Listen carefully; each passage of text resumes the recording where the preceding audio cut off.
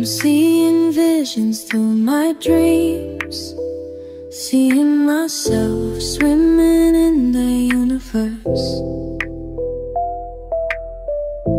My ancestors gave me gifts to read cards, predict and heal. My name is Daphne, but spirit calls me bye-bye love. Angels communicate through numbers. Intuition is so deep. The gift I fully embrace within.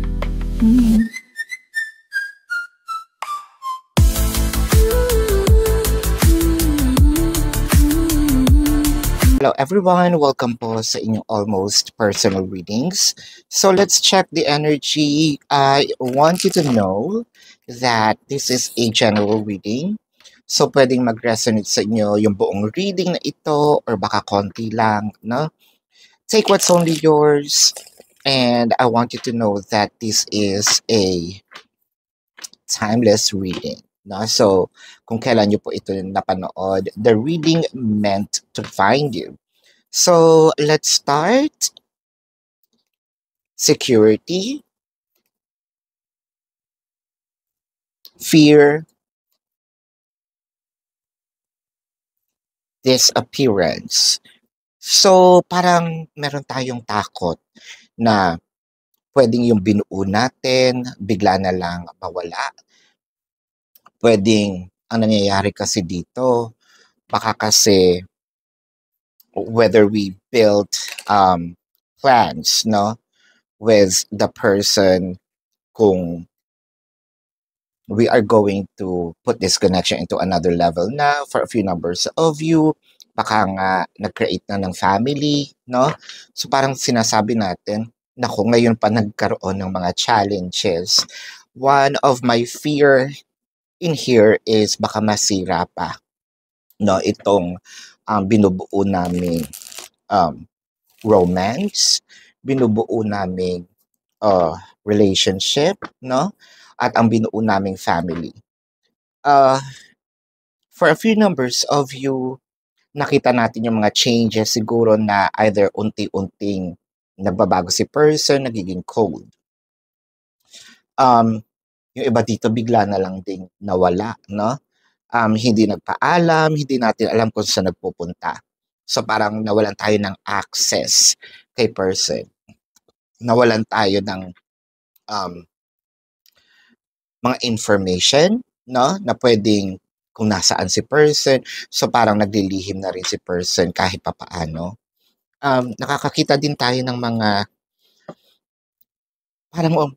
para bang unti-unting gumuguho, no? Nawawala yung plans. Nakakatakot dahil lalo na doon sa mga nagsimula na, no? Nag-invest na ng time, energy, effort, nag-sacrifice na, no? Bakit ngayon pa ito mangyayari? With the Five of Cups, the Moon card, and the Knight of Pentacles. Ang masakit dito yung parang nag-iisip, no, na ako yung may iwan,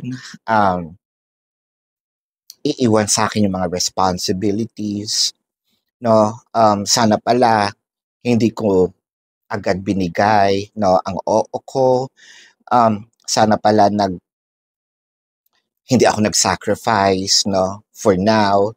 Ang iniisip ko kasi dapat pala ginawa ko dati, either nag-aral na lang muna ako, pinagpatuloy ko yung business ko, nag-stay ako dun sa kung nasaan man ako, hindi ako agad sumama.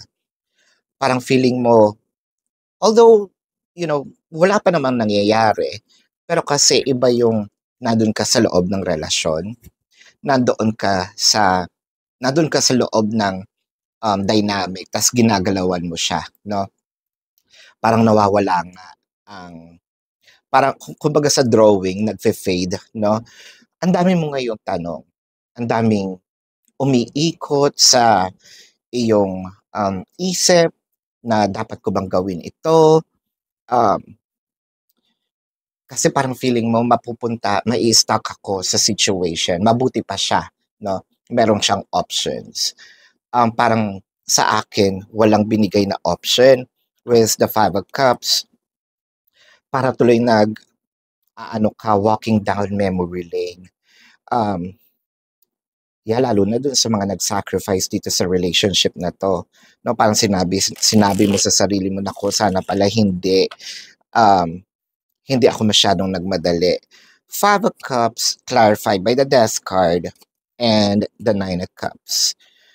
Parang yung iba sa inyo, this is not the first time that this happened. Siguro dumating din yung time na nagkaroon kayo ng challenges, na wala din si person, pero humingi ng tawad, you give them a chance. Siguro sinabi nyo, kasi mahal ko nga, so bakit hindi, no? Ba't hindi ko bibigyan ng chance in person na mahal ko? So, ngayon parang sinasabi mo, parang mali yata yung chance na binigay ko. Parang ilang beses na itong nangyari. Ilang beses niya na itong ginawa. Siguro naiisip mo rin na kapag ba bumalik ito, bibigyan ko ng chance, no? Bibigyan ko pa ng another chance para lokohin ako, para gawin to uli. Well, for a few numbers of you, baka kasi on repeat tayo, no? Nasa loop tayo ng situation na parang ito yung naging process, no? Aalis, babalik, aalis, babalik. With the Ten of Pentacles and the High Priestess. Lalo na sa nakabuo ng family, no? Meron ng family.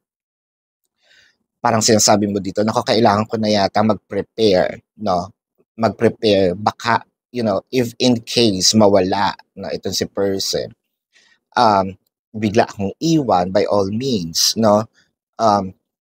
Either gusto niya maging single uli, either humanap ng iba, kailangan meron akong pangtustos, no?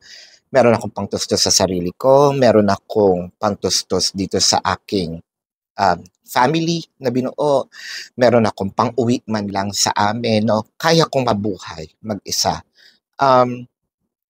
With the Princess of Pentacles, the World card, and the Ace of Cups. Actually, wala pa naman dun sa total separation siguro to, no? Medyo rocky lang itong relationship ninyo. May mga pinagdadaanan, yes. Pero siguro sabi mo, mas mabuti ng handa kesa sa mangangapa ako pag dumating yung time na yon. For a few numbers of you, siguro naghahanap na kayo ng trabaho. Yung iba sa inyo siguro nasa abroad na with the World card, no, that showed up. Yung iba nagpa-plan na pumunta ng ibang bansa. So parang kahit mahal kita, hindi ako tumatakas, no? Ayoko lang yung ako din yung tinatakasan. Ako yung naiiwan. Kasi at the end of the day, ako'y maaagrabyado, no? So, parang namulat ka na kailangan kong paghandaan ang mga bagay na hindi pa nangyayari. Kailangan kong paghandaan. Siguro for my self-worth na din, no? Kasi baka iniisip or naiisip mo, no? Baka kaya nagaganito si person is feeling niya nakadepende lang ako sa kanya. So, kailangan meron din akong kino-contribute. Baka hindi niya nakikita yung mga efforts mo, no? Kasi baka kasi wala tayong trabaho. Mas ino-offer natin yung time, energy natin, no? Para pagsilbihan si person. So parang hindi niya nakikita yon, baka mas importante talaga ang finances. Ten of Pentacles showed up. So chances are meron ditong mga bagay na feeling mo yung usapang pinansyal, no? Yun yung makakatulong. Kaya by all means ayoko na rin makapabigat, no, dito sa aking person, kaya gagawa ko ng paraan either para makatulong or at least para sa akin. with the Nine of Wands and the Princess of Cups. So, nandun pa rin yung mga sacrifices. Hindi ito mawawala. Ang sacrifice mo lang dito is you're doing the sacrifice this time for yourself, not for other people na. No? Kasi before, siguro you had a time or chance, no, para magtrabaho pero you choose to stay at home, hindi dahil tamad ka, no? Dahil gusto mo sana mapagsilbihan yung person mo. Now this time, ang sacrifice mo naman is mapapalayo ako sa taong mahal ko, pero at least either makakapag-provide ako or matutulungan ko yung sarili ko, no? I wanna take pride, no? I wanna give myself a worth, a value. Kasi parang feeling mo nadidevalue tayo because of wala nga tayong inaambag sa tingin niya, 'di ba? Sa tingin niya. So, parang sa'yo, kailangan ko munang i-isolate or umalis sa dynamic. Lalo na masakit sa'yo kung meron ka ng anak, 'di ba? So, kailangan kong lumayo para at least ma-provide yung hindi din na ipo-provide. Hindi para magmalaki, 'di ba? This is in preparation for, I think, for your future na din, if in case, no, hindi ka umiiwas or tumatakas, actually hinaharap mo nga yung pwedeng mangyari. Dahil at the end of the day, kapag nangyari yung kinakatakot mo, saan ka pupulutin, no? Sa kangkungan. So, I feel like this time, utak ang gumagana, no? Hindi ko sinasabing wala kang puso. Actually, nandun pa rin yung puso, kaya ka nga nasasaktan, di ba? Pero this time, medyo pinairal muna ang practicality, no? And I think that is right, no? Para at least maibigay din naman natin yung pagmamahal na dapat para sa atin, no? Yes, sinasabi nila hindi matutumbasan ng pera, pero kasi nagiging problema din siya, no? Kaya sa'yo, gusto mo solusyonan, 'di ba? So, this is your reading. Let's check the zodiac sign of your person.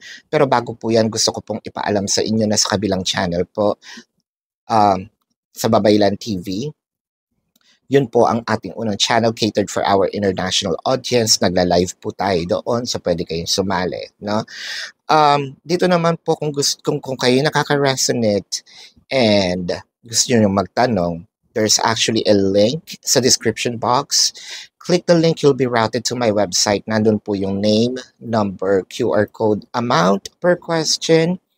Take advantage of the 4 questions plus 1 kasi discounted na po yun. And if you want to book a private reading, nandun din po siya, no? So let's check the zodiac sign of your person. This can be their sun sign or a placement in their chart. Baka lumabas din po ang inyong zodiac sign. Pisces, Leo, Scorpio, Aquarius, Taurus, Cancer. I am seeing, well, Pisces, napaka-dominant niya, no? Virgo, Capricorn. So, yep, this is your reading. Maraming salamat po. Love and light to you. Namaste. See you po, no, sa susunod na readings. Goodbye.